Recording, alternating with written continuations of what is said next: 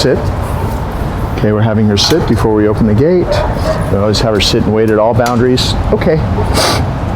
Sit, have her sit before she goes through this gate. Everything's very gentle but firm. You never repeat the command. If she doesn't sit right away, just pull up with a little bit of pressure and she'll go back there. She's waiting at the gateway. I step out. She waits till I come back to get her. I'm going to say, okay, we're going to walk out together. I'm going to close this gate, do this little left turn, make sure this gate is closed. We're going to walk over here, and we're taking her walk now, but she's still on the clock, so to speak, in training mode. And we're going to go over here to the curb and then cross the street, but I'll show you what I do at every curb out here on the street. We have her sit and wait. She's a little bit nervous because of the camera person. Of course, this hasn't happened before. And it's taken a long time for her to actually stay in a sit stay while I walk around her like this in public, because there's always distractions out here. And she barely can do it, but she did do it. She never takes treats out here. And I can even offer to give her like a piece of salmon or something like that, and she won't take it. She's never taken treats out here, but I just practice it anyway.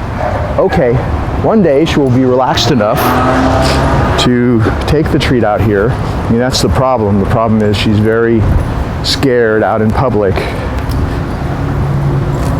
But we're still coming out every day. Sit, we cross the street, I'm gonna have her sit, and then go, release her to be free. And the kind of walks I take her on are just, there's a dog on the other side of this wall here. They're just very relaxed. I'm always watching for distractions. If there's a distraction, come, like somebody coming or another dog or something like that, I'm gonna call her away. She's afraid of this big truck here. And of course she won't take the treat, but I still do it the same way every time, because the more you practice with her, sit, go, the sooner she's going to be relaxed out on the street.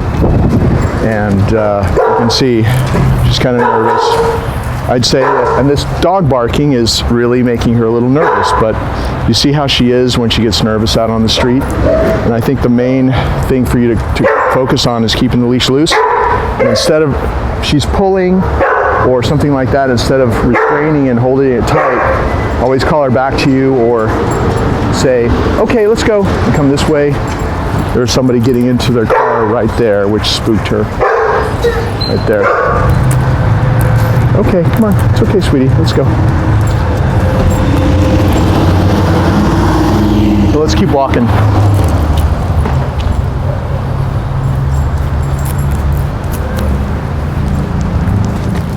So here I'm going to do a little left circle here, have her sit, and the camera person is spooking her. Go. So she's acting really scared, and normally when we're out on the street she's not this scared, but we don't have a person following us everywhere pointing a camera at us. So that's why she seems like in this video she's regressed a few weeks, but she really hasn't. We do this every day, come out on the street and walk around. Come on, sweetie, let's go this way. But you see how I'm doing it? Even if she is scared, I'm keeping that leash loose. I'm gonna pan to your right there and show that car, and show us. She'll get scared just from a car stopping and backing up, or a car just sitting there like it is randomly. And I just make sure that I keep the leash loose. Come, I can call her back to me. Good girl, I can touch her and all that. She'll come back to me, but she's just too nervous out in public to take a reward. She's still are gonna do it anyway, because the most important part of this is her practicing the pattern. The pattern is she doesn't pull out on the street. You say the come command, she comes back to you. If you say like sit, she still does it. Doesn't matter if she takes a treat or not.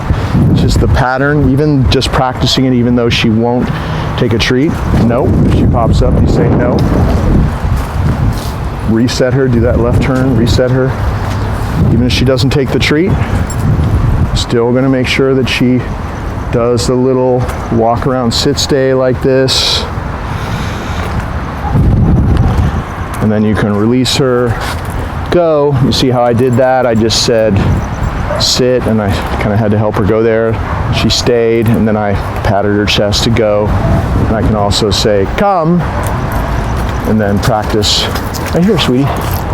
Good girl. Practice a down stay now. Down. See, I can just put my foot like that on the leash. And this is always much harder in public to do than sit is. You can give her little rewards, and she may or may not eat a little bit of it in a down stay. Then she pops up. You say no. Reset her and just gently but firmly put her back. Make sure at least she stays in some sort of a down stay. She accepts me walking around her both ways. Finally, after resetting her 5 times, she stayed there. Okay, that's how you release her. Sit. Always have her stand up and then have her sit and then release her from a calm sit stay. Go like that.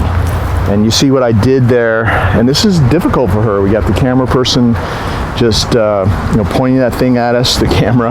Got some people right here talking about 20 feet away. That's what she could hear, but she couldn't see them. We had a bunch of cars go past, and she made a few mistakes, but I kept resetting her, and finally she gave in and focused enough to stay there because she knows, because I always do it the same way, that we're not going to move on until she gets it together and at least stays in a downstay for a little while, and then we can move on. So that was kind of a success there. When she finally did it, she got to get up and she was free, and now we can move on. Okay, let's go.